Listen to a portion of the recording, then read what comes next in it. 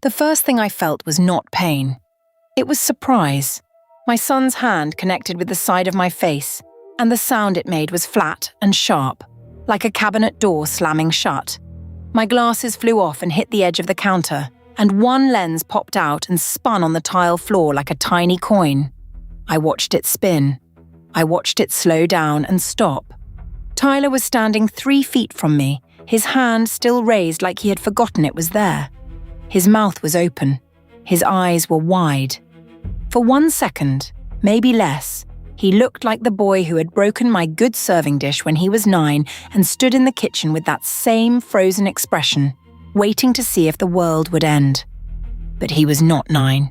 He was 41, and he had just hit his mother. I put my hand on my cheek. The skin was hot. The counter pressed against my lower back where I had stumbled into it. I could feel the edge of the laminate digging into my spine through my shirt. The kitchen was exactly the way I had left it that morning. Clean counters. Dish towel folded over the oven handle. My cornbread pan drying on the rack by the sink, the one Frank had given me the year we got married, the one I had used every Sunday since I moved into this house. I had been in this kitchen since 5:30 that morning. Let me tell you what the day looked like before Tyler's hand changed everything. I woke up in the laundry room. That is not a metaphor. I slept on a folding cot between the dryer and the shelf, where Brooke kept her bulk paper towels. My room, the guest room I had been living in for 4 years, had been converted into overflow space for the party. My clothes were in 2 boxes next to the hot water heater. My Bible was on top of the dryer. I could smell fabric softener every time I breathed, and the dryer vent hummed warm air along the floor until about midnight, when the last load finished. I got up, put my feet on the cold floor, and walked to the kitchen, made coffee, wiped down the counters even though I had wiped them the night before. I checked the oven temperature because the caterer said it ran hot, and I had tested it twice already. Then I started on the last round of party prep, Tyler's promotion party. Brooke had been planning it for 3 weeks, or rather, I had been planning it for 3 weeks while Brooke sent me screenshots of what she wanted. I had called the caterer, confirmed the menu, adjusted it twice when Brooke changed her mind about the appetizers. I had ordered flowers from the florist on Main Street, ironed the tablecloths by hand because Brooke did not trust the dry cleaner, and washed every dish in the china cabinet that nobody used anymore, except when company came. The house looked beautiful. It looked like Brooke had done it. I was arranging the last of the napkin folds when I noticed the folder on the counter, half hidden under a stack of party invitations. Manila, dog-eared at the corner, a real estate company logo on the front. I opened it because I thought it was junk mail, something to sort before the party guests arrived. It was a listing for this house. This house I had been sleeping in, cooking in, cleaning, gardening in, and maintaining for 4 years. The listing price was $422,000. There were notes in handwriting I recognized as Tyler's. Estimated net after mortgage payoff. Renovation value add from updated landscaping. That was my garden. My roses, my tomatoes, my herbs along the back fence that I had started from seed 3 summers ago. He had written the word landscaping next to a dollar figure, and he meant the work of my hands in dirt. There was a second page, a staging checklist, clear personal items from common areas, present the house as a young family home, and at the bottom, a sticky note in Brooke's looping handwriting. Announce at party, talk to Realtor Monday. They were going to sell this house. They were going to stand in the living room I had vacuumed that morning, in front of guests who were eating food I had organised, and announce that they were selling the home I lived in. The coffee went cold in my cup. I stood there holding the folder with both hands, and I could hear Brooke's alarm going off upstairs, and Tyler's footsteps in the hallway, and the house settling around me the way it always did in the morning, like it was breathing. But the breath had changed. The house was not mine. It had never been mine. But I had treated it like it was, and they had let me, because my treating it like mine made it worth more. Tyler came into the kitchen in his undershirt, half awake, scratching the back of his neck. He went for the coffee pot first. Then he saw my face, and then he saw the folder in my hands, and his expression changed the way weather changes in October in Virginia. fast and cold and without apology. That is when everything that happened next became something I could not take back. Frank died on a Tuesday in March, 4 years before Tyler hit me. Heart attack at the hardware store. He was holding a box of finishing nails when it happened. The paramedic told me that later, like it was a detail that might comfort me. It did not. We had been married 43 years. He was a carpenter by trade and a quiet man by nature. He built our porch, our bookshelves, our kitchen table. When he died, I was 62, and the house felt like a museum of things his hands had touched. I could not sleep in our bed for 2 weeks. I slept in the recliner in the living room with the television on low, and I ate toast for dinner because I did not know how to cook for one person after 43 years of cooking for 2. Tyler came to the funeral. Brooke came too, with the children. Gracie was 4, and Owen was almost 2. Tyler put his arm around me at the graveside and told me he did not want me alone in that big house. He looked like his father when he was being sincere. Same set to his jaw, same steady eyes. Come stay with us, Mom, for a while, until you figure things out. I sold the house in May. I wish I could tell you I hesitated longer than I did, but the truth is I was afraid of the quiet. I was afraid of eating toast alone in a recliner for the rest of my life. Tyler's house had noise and life and 2 grandchildren who wanted me to read to them before bed. I packed my things, sold most of Frank's tools, kept his watch and his Bible in the cornbread pan, and I moved into the guest room on the first floor. The first 6 months were good, genuinely good.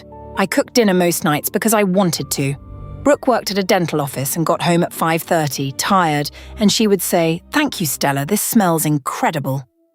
And it would fill something in me that the recliner could not. I watched the kids in the mornings while Tyler was at work. I planted tomatoes along the back fence. I joined a garden club at the community centre. I had a room with a door and a bed and my own lamp. I did not notice when the gratitude stopped. That is how these things work. It does not vanish all at once.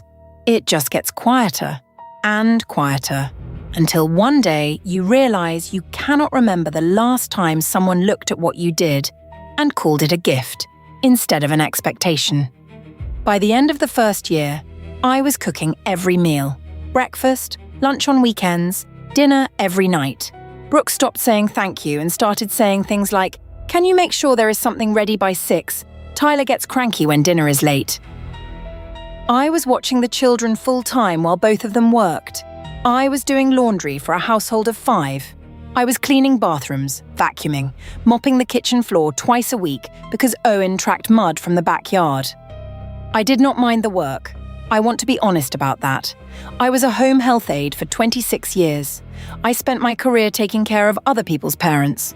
Physical labor did not scare me. Cooking did not scare me.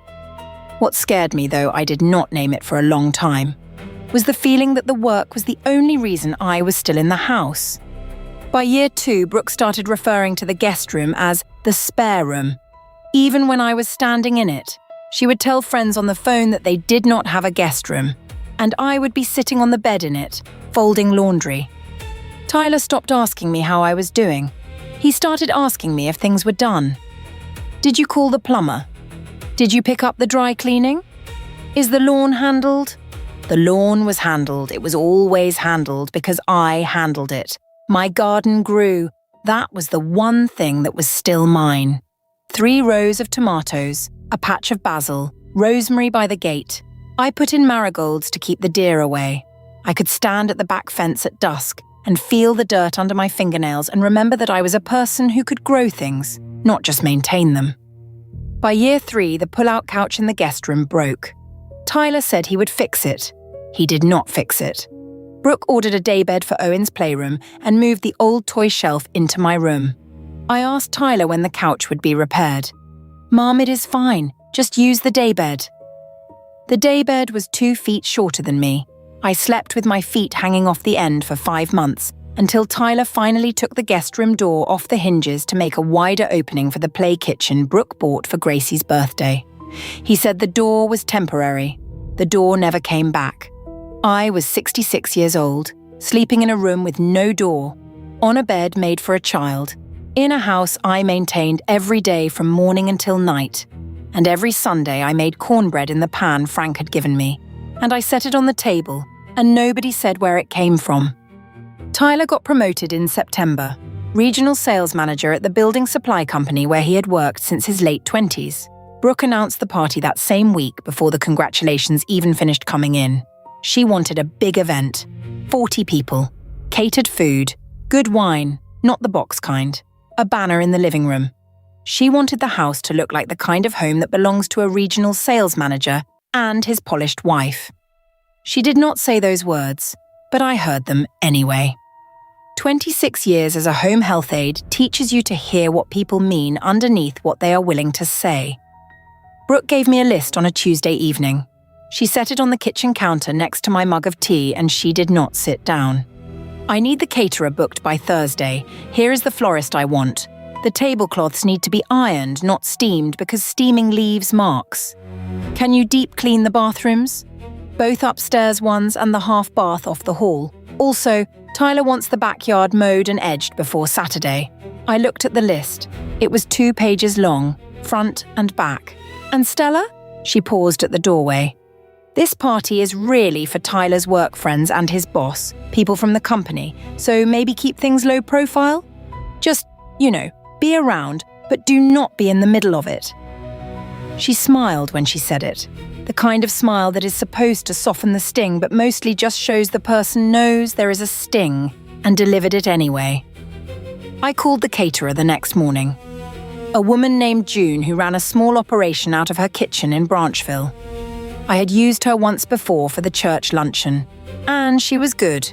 Reasonable prices, honest portions. I went over the menu 3 times with her because Brooke kept changing her mind about the appetizers. First, it was bruschetta, then stuffed mushrooms, then back to bruschetta with a different cheese. I handled all of it. I confirmed, I adjusted, I reconfirmed. June had my cell number, not Brooke's. Everything went through me. I ironed tablecloths on the dining room table at 9 in the morning. I washed the crystal glasses by hand, one at a time, and set them on a towel to dry. I scrubbed the grout in both upstairs bathrooms with a toothbrush, because Brooke said the grout looked grey. I cleaned the windows in the front room. I polished the banister. I arranged flowers in 3 vases and placed them where they would catch the afternoon light. The week before the party, Brooke told me they needed my room. Just temporarily, she said, leaning against the kitchen counter with her arms crossed. Tyler's boss might want to use the downstairs bathroom, and we need the hallway clear. Your stuff takes up space. Can you move to the laundry room for a few days? A few days, I nodded. I moved my cot, my 2 boxes of clothes, my Bible and my medications to the laundry room. The cot fit between the dryer and the paper towel shelf if I angled it. There was no window. The dryer vent pushed warm air across the floor until midnight. The overhead light was a bare bulb that hummed. Brooke never said when I could move back. The days before the party stacked up, and nobody mentioned the guest room again. It was as if the room had never been mine. I kept working. I mowed the yard myself because Tyler forgot to call the lawn service. I trimmed the hedges along the front walkway. I power washed the porch steps.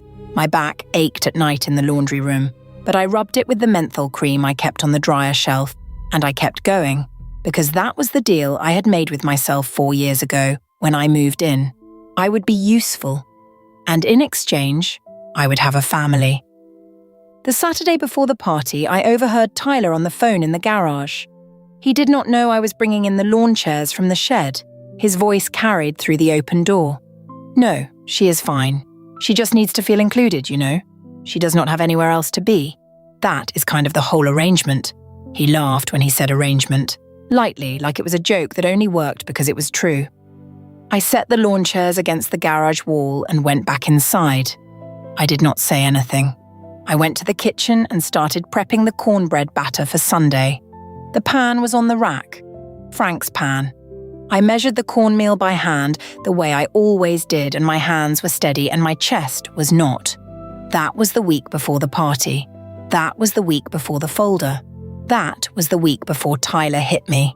And I was still making his family cornbread in a kitchen I thought was partly mine, in a house that was already listed for sale. for a party where I had been told to keep a low profile. I did not know any of that yet, but my hands knew something. They measured the cornmeal like it might be the last time. The morning of the party, I found the folder. I already told you about the listing, the sticky note, the landscaping value he assigned to my garden. What I did not tell you was what I did with that folder in the minutes between finding it and Tyler walking into the kitchen. I sat down at the table. I read every page. There were 4. The listing sheet, a comparable sales analysis for 3 houses on our street, a handwritten page with Tyler's budget math, columns of numbers in blue ink, estimated net proceeds after closing costs, moving expenses, down payment on a new property. At the bottom of that page, in smaller writing, Mum, senior living, Claire, 2 words and a question mark. That was his plan for me. Senior living or ship me to my sister in North Carolina. 4 years of cooking, cleaning, gardening, childcare and household maintenance, and my future fit on one line of a budget sheet with a question mark at the end. The 4th page was the staging checklist Brooke had written. Clear personal items from common areas, fresh paint in the hallway, replace the kitchen hardware, present the house as a young family home. I was the personal item. I was what needed to be cleared. Tyler came in at 7:15. I was still sitting at the table. He saw the folder open in front of me, and for a moment his face went blank the way it did when he was calculating. Not angry yet, just figuring out how to handle me. Mum, what are you doing with that? What is this, Tyler? He poured coffee. He did not look at me while he poured it. It is nothing. We are just exploring options. Options for selling the house I live in? He set the coffee pot down harder than he needed to. It is not your house, Mom. It is my house, Brooke's and mine. You live here, but you do not own it. The words landed clean and sharp like a slap before the actual slap. He was right, technically. My name was on nothing. I had no lease, no agreement, no written understanding. I had a handshake from my own son 4 years ago when he stood at his father's graveside and told me I would not be alone. Tyler, where would I go? He turned around. His jaw was tight. That is what we need to figure out. But this is not the time. We have 40 people coming tonight, and I need this house ready. The house is ready. I made it ready. I have been making it ready for 3 weeks. Then let it go, Mom. We will talk about it after the party. I should have let it go. I know that now, not because he was right, but because a person who is already deciding you are a line item on a budget page is not going to hear you clearly across a kitchen counter at 7 in the morning. But I was 66 years old, and I was sleeping in a laundry room, and I had just learned that my son was planning to sell the home I had maintained for 4 years, and had written my name next to the words, senior living with a question mark, so I did not let it go. You wrote senior living on that paper. You wrote my name next to it like I am a problem to solve. Tyler slammed his coffee mug on the counter. The coffee splashed across the tile. Because you are making yourself a problem right now. Do you understand what today means for me? For my career? And you are going to stand here and create drama over a folder you were not supposed to see? I was not supposed to see it? No, you were not. That was the moment I saw it, not anger, something colder. He was not upset that I was hurt. He was upset that I had found out before he was ready to manage me. The folder was not a discussion. It was a plan, and I was the last person who was supposed to know about it. Tyler, I gave up my home for this family. He stepped forward. You did not give up anything. You had nowhere to go. We took you in. The kitchen was very still. The morning light was coming through the window above the sink. The coffee was dripping off the counter onto the floor. The cornbread pan was on the drying rack, still clean from last night. I have been cooking for you for 4 years, cleaning, watching your children, maintaining your yard, and you are going to sell this house and send me to a facility? Tyler's face went red. His hand came up fast. I did not see it as a hand at first. I saw movement. Then I felt it. The flat of his palm against my left cheek, hard enough to send me sideways into the counter. My glasses hit the floor, the lens popped out and spun. The kitchen was quiet for about 5 seconds. Tyler's chest was heaving. His hand was still in the air. Then he lowered it, slowly, like he was putting down something heavy. He did not apologize. He stood there, and he looked at the coffee on the floor. And then he looked at me holding my face, and then he walked out of the kitchen. I heard his footsteps go upstairs. I heard the bedroom door close. Brooke came down 10 minutes later. She walked into the kitchen, saw me standing at the counter pressing a damp cloth to my cheek, saw the coffee on the floor, saw the open folder. "Is the brisket prepped for tonight?" That was all she said. She picked up the folder, closed it, tucked it under her arm, and walked out. I stood in the kitchen for a while after Brooke left. I do not know how long. The cloth on my cheek was warm from my skin, and the coffee was still on the floor, and the folder was gone. She had taken it with her like it was evidence that needed to be managed. I looked at the cornbread pan on the drying rack. I had washed it the night before and set it there to dry the way I always did, tilted so the water ran off the seasoned surface. Frank's pan. He bought it at a farm supply store in Roanoke the week before our wedding because his mother told him a good wife needs a good pan. He gave it to me with a card that said, "For Sunday mornings." I had been using it for 44 years. The seasoning was so deep the iron was almost black, and the cornbread slid out clean every time without greasing. I touched the handle. Then I let go. I went to the laundry room. My space. The cot. The 2 boxes. The Bible. The medications on the dryer shelf. I pulled out the smaller suitcase first, the one Frank and I had taken to Myrtle Beach the summer before he died. It still had a luggage tag from the hotel. I folded my clothes into it. 3 pairs of pants, 4 blouses, underwear, socks, a sweater, my church dress. The other suitcase got the rest. My toiletries, my reading glasses case, the menthol cream, a pair of walking shoes, the photo album I had brought from the old house. Then I went to the hallway. There was a framed photo on the wall near the front door. Gracie and Owen at the park, laughing, caught mid-run. I had taken that photo. I was the one who had brought them to the park that day. I was the one who had it printed and framed and hung. I took it off the wall. The nail stayed in the drywall. The rectangle of paint behind it was a shade lighter than the rest of the wall, a ghost of where the photo had been. I wrapped the frame in my church dress and put it in the suitcase. I went back to the laundry room. I took Frank's watch from the shelf above the dryer. It was a Timex with a brown leather band that he had worn every day of our marriage. It did not run anymore, but I kept it because when I held it, I could feel the shape of his wrist in the way the band curved. I put it in my coat pocket. I carried both suitcases to the front door. I set them on the porch. I went back inside one more time and walked through the kitchen. The coffee was still on the floor. Nobody had cleaned it up. Nobody would until I was gone and they noticed. I looked at the cornbread pan again. I could take it. It was mine. Frank gave it to me. It had my name inside the handle, scratched in with a nail 44 years ago, because Frank thought that was romantic. I left it. I do not know how to explain that decision, except to say that taking the pan felt like admitting I would still cook for them in my mind. Leaving it felt like putting something down. Not just the pan, the role, the habit, the 44-year-old belief that feeding people was the same thing as being loved by them. I picked up the suitcases and walked down the porch steps. The October air was sharp. The trees along the street were mostly bare, just a few brown leaves holding on. The gravel driveway crunched under my shoes. I could hear Brooke's voice from the back porch, on the phone, something about the balloon arch, and whether it should go inside or outside. She did not see me leave. Tyler was still upstairs. The children were at Brooke's mother's house until the party started. I walked down the driveway with 2 suitcases and a mark on my face that was starting to darken.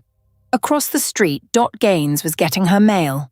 Dot was 73, retired, widowed, 2 years after her husband Harold died of emphysema.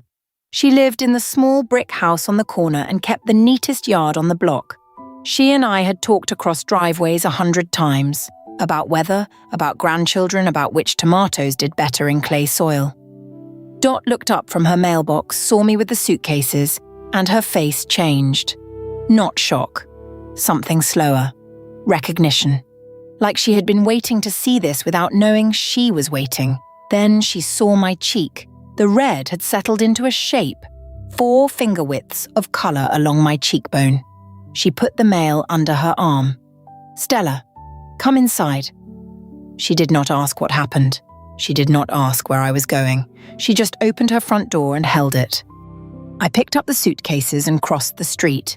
The gravel changed to asphalt, then to Dot's concrete walkway, then to the wooden threshold of her front door. Behind me, the house where I had lived for 4 years sat in the October light with its clean windows and its ironed tablecloths and its cornbread pan on the drying rack, ready for a party I had built from the ground up for people who had told me to keep a low profile at it. I did not look back. I wish I could tell you that was strength.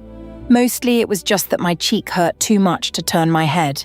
Dot's house smelled like lavender sachets and old wood. It was small, tidy, and full of Harold's leftover furniture. A brown recliner in the living room that was clearly his. A fishing rod mounted above the garage door. A shelf of model trains in the hallway, each one carefully painted and never moved. She put me in the spare bedroom at the end of the hall. It had a full-size bed with a quilted comforter, a nightstand with a lamp, and a window that looked out on her backyard. The bed was made. The room was ready like she kept it ready for company that rarely came. "The towels are in the cabinet," Dot said from the doorway. "Bathroom is across the hall. I will put the kettle on." She closed the door. She did not hover.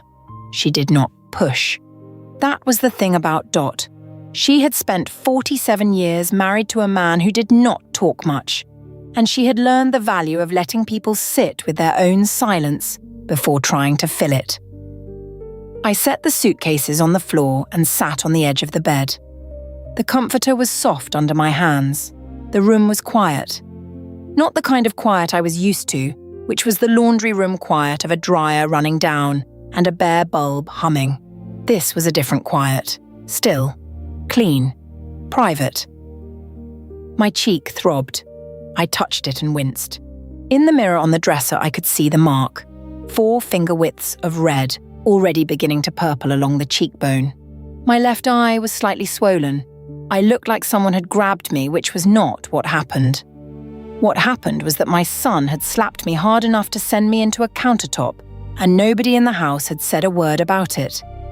Dot brought tea in a mug that said, "World's Best Grandma" on the side.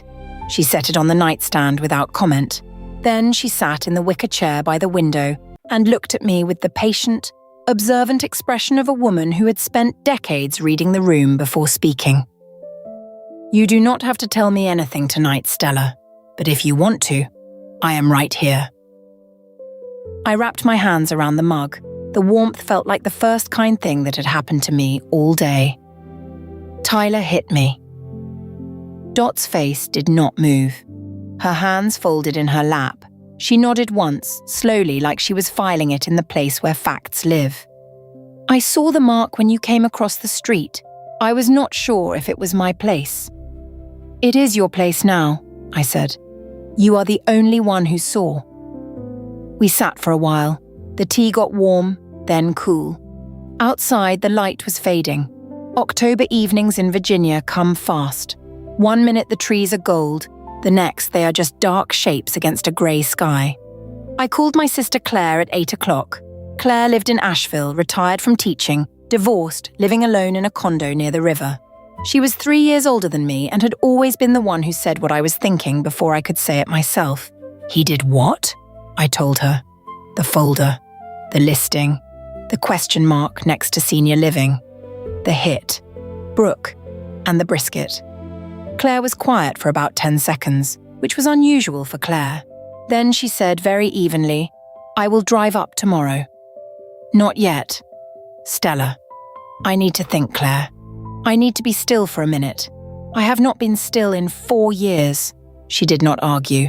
She did not push. She just said, "You call me tomorrow morning. If I do not hear from you by 10, I am getting in the car." "Okay. I love you. I know." I turned my phone off at 9, not because Tyler had called. He had not. Not a single call. Not a text. Not a knock on Dot's door. His mother had walked out of his house with a handprint on her face, and he had not checked to see if she was alive or dead. He was getting ready for his party. Ironing his shirt, probably. Choosing his shoes. Deciding which version of himself to present to 40 people who were about to walk into a house his mother had prepared and his mother had been hit in. I lay in Dot's spare bed and stared at the ceiling. The pillow smelled like lavender. The comforter was heavy in a way that felt like a held breath. I could hear Dot moving around in the kitchen, washing the tea mugs, locking the front door, turning off the porch light. The normal sounds of a woman closing up her house for the night. I had not heard those sounds from the outside in 4 years. At Tyler's house, I was the one closing up. I was the one locking doors and turning off lights and checking on the children. I was the last one awake every night because I was the one who made sure everything was done. Tonight, someone else was taking care of the house, and I was lying in a bed that fit me, in a room with a door. And the only sound was my own breathing and the October wind pressing against the window. I did not sleep much, but I stayed still, and staying still felt like the first honest thing I had done in a long time. I learned most of what happened next from Dot, who told me the details over the following week in the careful, observational way she told everything. And some of it I learned from Tyler himself, though he did not mean to give me as much as he did. The party was supposed to start at 6 on Saturday evening. Tyler and Brooke woke up at 10 and came downstairs to a house that was only partly ready. The living room was done. I had finished that on Thursday. The dining room was set with the ironed tablecloths and the crystal glasses and the china I had washed by hand. The flowers were arranged in the foyer, the entry, and the powder room. Those were my last completed tasks. But the kitchen was not ready. The coffee was still on the floor from the morning. The brisket was prepped but not in the oven, because I was the one who was going to put it in at 2 o'clock. The appetizer trays were still in the garage refrigerator, unwrapped. The serving spoons I had set aside were in a bag on the counter, and Brooke did not know which ones went with which dish, because I had organised the system. The caterer called at 11. June called Brooke's number because Stella's phone was going straight to voicemail. Brooke had never spoken to June directly. June started asking about the updated menu, the dietary adjustments, the timing for the hot appetizers. Brooke did not know about any of it. She did not know that I had changed the bruschetta order, added a gluten-free option for Tyler's boss's wife, or arranged for the dessert to arrive at 8:15 instead of 8. "I am sorry, who is this?" Brooke asked. June was confused. She said she had been working with Stella for 3 weeks. Brooke put her on hold and went upstairs to find Tyler. That was when they realised I was gone. Not just out. Gone. The laundry room was empty. The cot was folded against the wall. My boxes were gone. My Bible was gone. Frank's watch was gone. The photo of the grandchildren was off the wall and the nail was still there, and the lighter rectangle of paint told the story of what had been removed. Tyler called me at 11:30, then again at 11:45, then at noon. Each call went to voicemail. He texted, "Mum, where are you?" Then, "Mum, the party is today." Then at 12:20, "Can you at least tell me if you are okay?" I did not answer. I was at Dot's kitchen table eating a scrambled egg she had made me, and my phone was off in my coat pocket next to Frank's watch. Tyler and Brooke spent the next 5 hours trying to run the party without me. Brooke cleaned the kitchen floor on her hands and knees. Tyler put the brisket in the oven at 1:30, but he set the temperature too high and had to pull it out and restart. They unwrapped the appetizer trays but did not know the arrangement I had planned, so they just set things on the counter in the wrong order. The caterer arrived with the original order, not the updated one, because June could not reach me and Brooke could not confirm the changes. So the gluten-free option was missing, and the bruschetta had the wrong cheese, and the dessert was set to arrive at 8 instead of 8:15. The flowers in the foyer were wilting. I had cut them on Thursday and they needed fresh water on Friday, and nobody had done it. The arrangement in the powder room had dropped petals on the counter. The house smelled like brisket and anxiety. Guests started arriving at 6. Tyler stood at the door in a blue button-down shirt with his sleeves rolled up, shaking hands, smiling, performing. Brooke was in the kitchen trying to plate the appetizers while also greeting people and also pretending everything was fine. Tyler's boss, a man named Richard, arrived at 6:15 with his wife, Carol. Richard was a tall, deliberate man who noticed details. He walked through the front door, looked around the living room and said, "The place looks great, Tyler. Where is your mother? She made that incredible lemon cake last time we were here." Tyler did not flinch. He had practiced this. "She is visiting a friend out of town. Could not make it tonight, but she sends her best." Carol nodded. Richard looked at the foyer flowers, which were drooping, and he looked at the appetizer table, which was crowded and disorganized, and his expression was the expression of a man who was quietly comparing what he saw now to what he had seen when Stella was running the house. More guests arrived. The house filled with people. The brisket came out dry because Tyler had overcooked it. Brooke served it anyway, slicing it thin to hide the texture. The wine was fine because I had ordered it the week before and it was already in the house. But the glasses were not polished the way I would have polished them, and there were water spots on the crystal. These are small things, I know that. But a house that has been maintained by one person for 4 years has a rhythm. And when that person is suddenly gone, the rhythm breaks in 100 small places. Each one is nothing. Together they are a feeling. And the feeling that night, according to Dot, was that something in that house was missing, and nobody was saying what it was. Dot arrived at the party at 6:30. I had invited her 3 weeks earlier before any of this happened. She was my friend, the neighbor I talked to over the fence and the mailbox and the driveway. I had put her name on the guest list myself, and Brooke had never removed it because Brooke had never looked at the full list. That was my job too.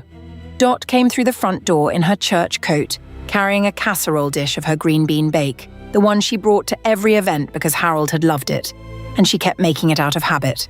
She set it on the dining room table next to the appetizers and looked around the room the way she looked at everything, slowly and without hurry. The living room was full, maybe 30 people at that point, some from Tyler's office, some neighbors, a few of Brooke's friends from the dental practice. Tyler was by the fireplace talking to Richard. Brooke was in the kitchen doorway, holding a wine glass and smiling at a woman I did not know. Brooke saw Dot, and her expression flickered. She had not expected Dot. She recovered fast, crossed the room and offered a tight hug. "Dot, so glad you could come." "Would not miss it," Dot said. "Stella invited me herself." Brooke's smile stayed in place, but her eyes moved.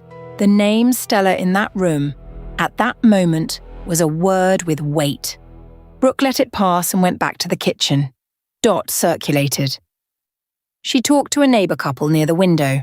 She complimented the tablecloths. She ate a piece of dry brisket and did not comment on it. She was patient.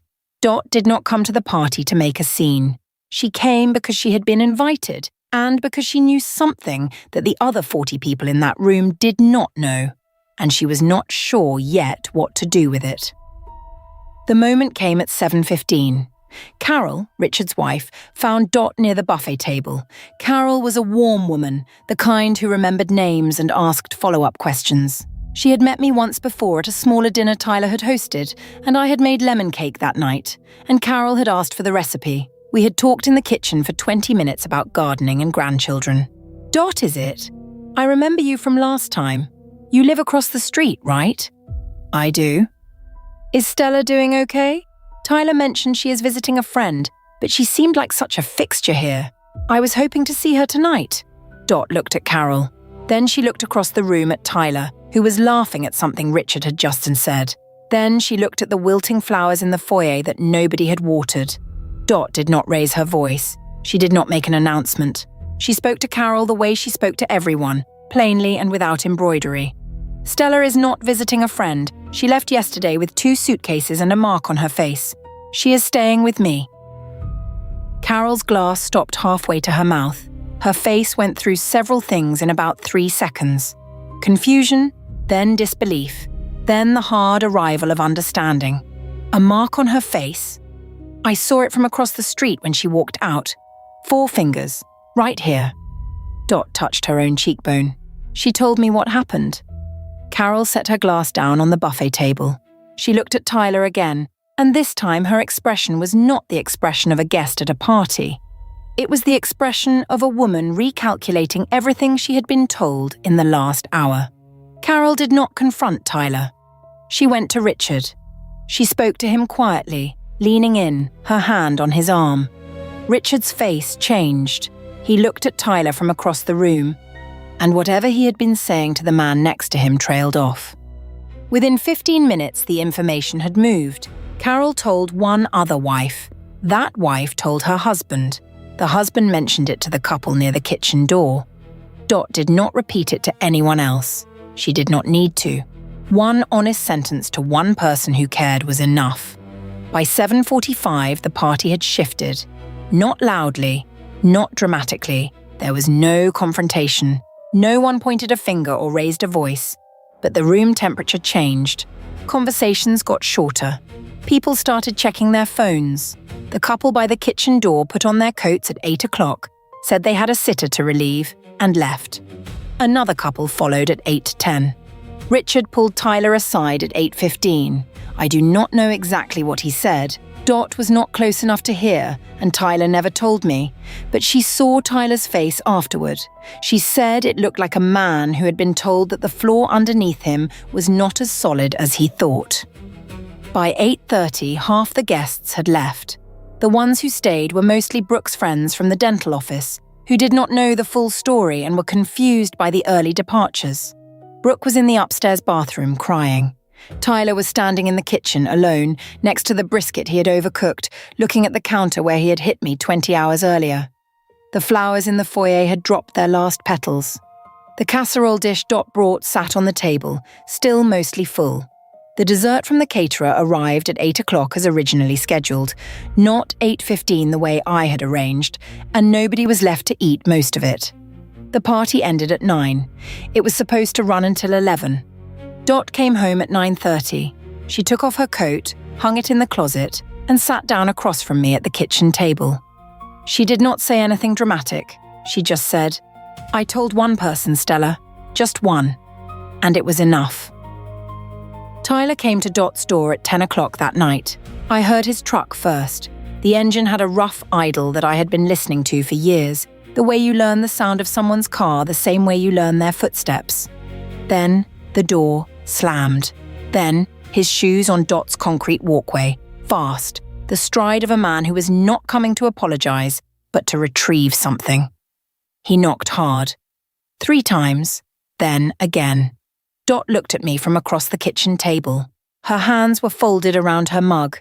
She did not move. "Do you want me to answer it?" she asked. "No, I will."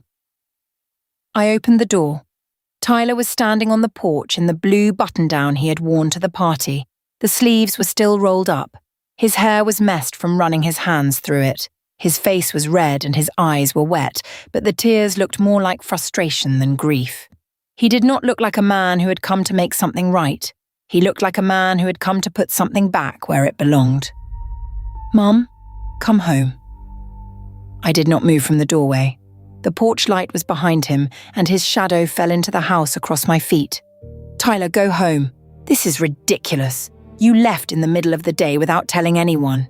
Do you have any idea what tonight was like? Do you have any idea what you did to me?" I let that sentence sit in the air between us. What I did to him. I had walked out of his house with a handprint on my face, and he had come to my door to tell me what I did to him. "Your boss knows, is that what this is about?"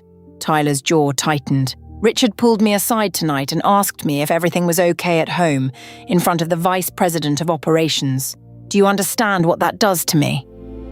"No one would have pulled you aside if you had not hit me." He flinched. Not at the words, at the volume.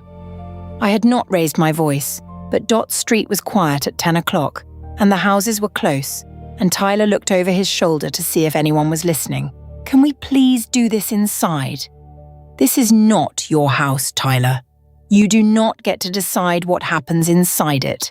He stood there. The October wind pushed the leaves across Dot's yard. I could hear them scratching on the concrete. Tyler's breathing was uneven, and he was gripping the porch railing with one hand like he needed something to hold. I did not mean to do it. But you did. I was stressed.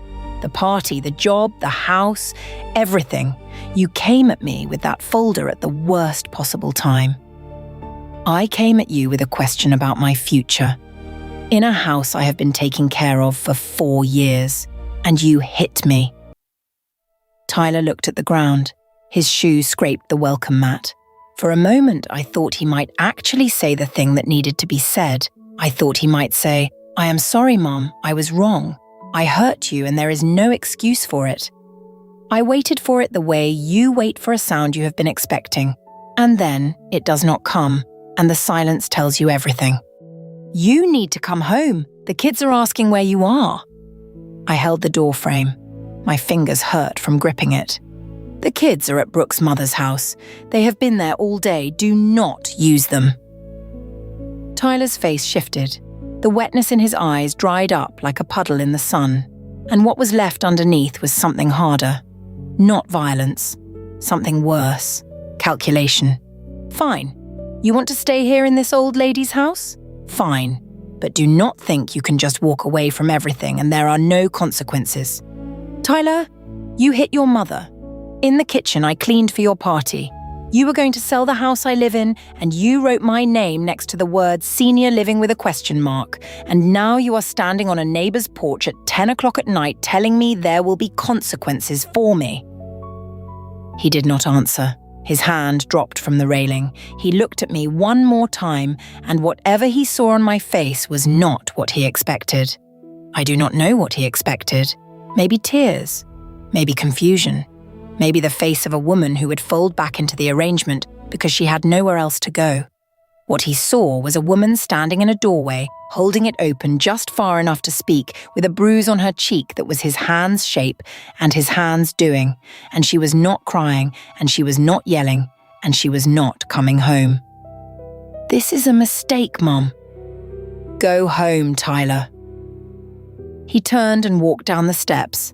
He got in his truck. The engine caught, rough as always. He backed out of Dot's driveway and drove down the street, and his taillights disappeared behind the oak tree on the corner. I closed the door. I locked the deadbolt and the chain.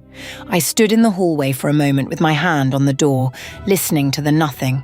Dot was standing at the end of the hallway, arms crossed over her bathrobe, leaning against the wall. She had heard everything. She did not need to say anything, but she did. You did not raise your voice once. I did not need to. No, Dot said. You did not. Claire drove up from Asheville 3 days later with a cashier's check and a list of apartment rentals she had found online. She did not ask permission. She walked into Dot's kitchen with her coat still on, hugged me hard enough to hurt my ribs, and set the check on the table. First and last month's rent. Do not argue with me. She was bossy in the way older sisters are bossy when they are terrified.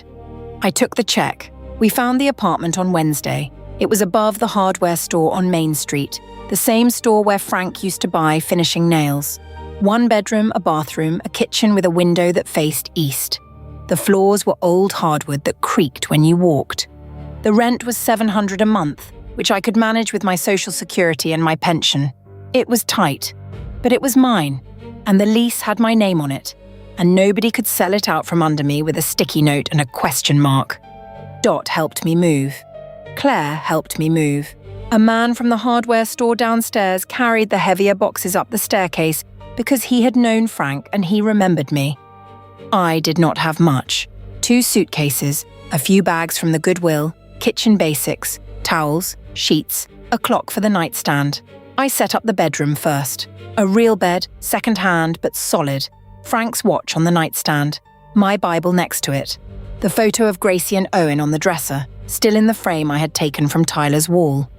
I scrubbed the kitchen cabinets, organised the drawers, put shelf paper down the way my mother taught me.